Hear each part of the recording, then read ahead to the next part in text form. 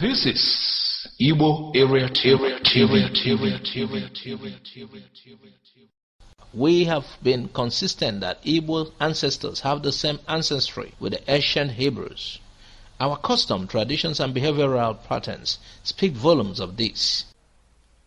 Now let's look into this. Here are some Jewish traditions of Ndibo. Number 1. Nsonwani.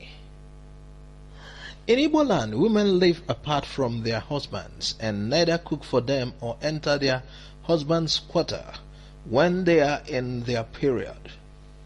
Now let's see Leviticus 15:19-20. When a woman has a monthly period, she remains unclean. Anyone who touches her or anything she has sat on becomes unclean. Number 2. Anobi. An Igbo man's ancestral heritage, called Anobi, is not sellable. Elders will not permit this. If this is somehow done due to the influence of the West, the person is considered a fool and is ostracized by the community. Let's see 1 Kings 21:3.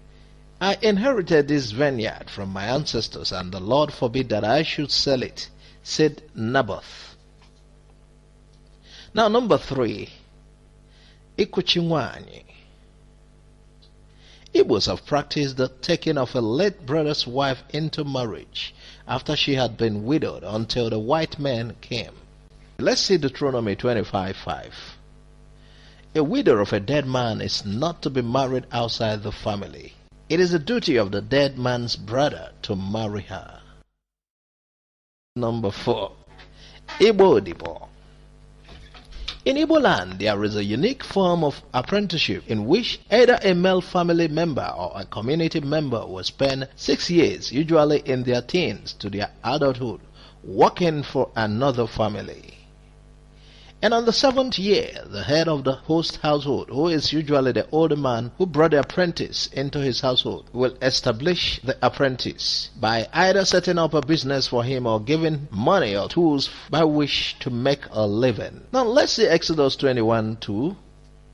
If you buy a Hebrew slave, he shall serve you for 6 years. In the 7th year, he is to be set free without having to pay you anything. Thanks for listening to Igbo Area. This is Igbo Area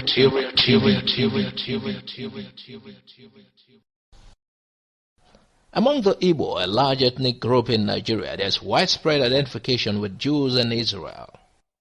But a recent genetic test carried out by an American missionary group searching for Jewish roots came back negative, prompting fierce backlash from activists who called the project faulty and irresponsible.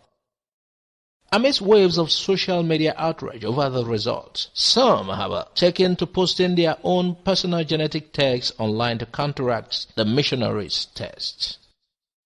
My result shows a Middle Eastern connection. Remi Ilona, an Igbo author and a recent graduate of Florida International University, said, Ilona's tests show 1.2% Middle Eastern, according to a screenshot from the website myheritage.com. Earlier in 2017, Jewish Voice Ministries International, an evangelical missionary group from Arizona, collected saliva samples from some 124 Igbo men in the state of Nnewi. After a careful comparison, the lab was not able to find any connection to the samples we collected, Benis wrote in an email to Forward.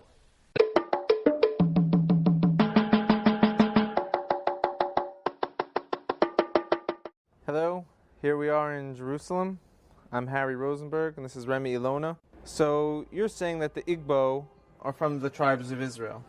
Now, Yes. are you saying this, or are the people on the ground in Nigeria also saying this? Every Igbo says that the Igbos came from Israel. The 40 million Igbo people say that they came from Israel. I understand. So time out. This is pretty fascinating. You're saying that there's 40 million people in Nigeria who have an identity that they come from the house of Israel, from the people of Israel. Yeah, who also have oral traditions to back it up, and whose lived experiences are unquestionably Jewish. Now, you are darker skin complexion. I'm a whiter skin complexion. How is it possible we come from the same people? What unites us, even from the Torah itself, is the culture. Right. It's culture that makes Israel distinct, not biology. So in a world today of racial tension, so to say, where people are divided by color, that simply doesn't exist between us. It doesn't, because right from day one, Israel was never one color. Esau and Jacob were twins, but they had different colors. And if you moved on further, you will see that race was certainly not an issue in Israel. It was culture. If that's the case, then we're giving too much time to this topic. Unfortunately, the world, they're still dealing with this, but we're beyond that, right? And we will help the world to resolve it. We'll help the world, but we'll move forward in this conversation. Right?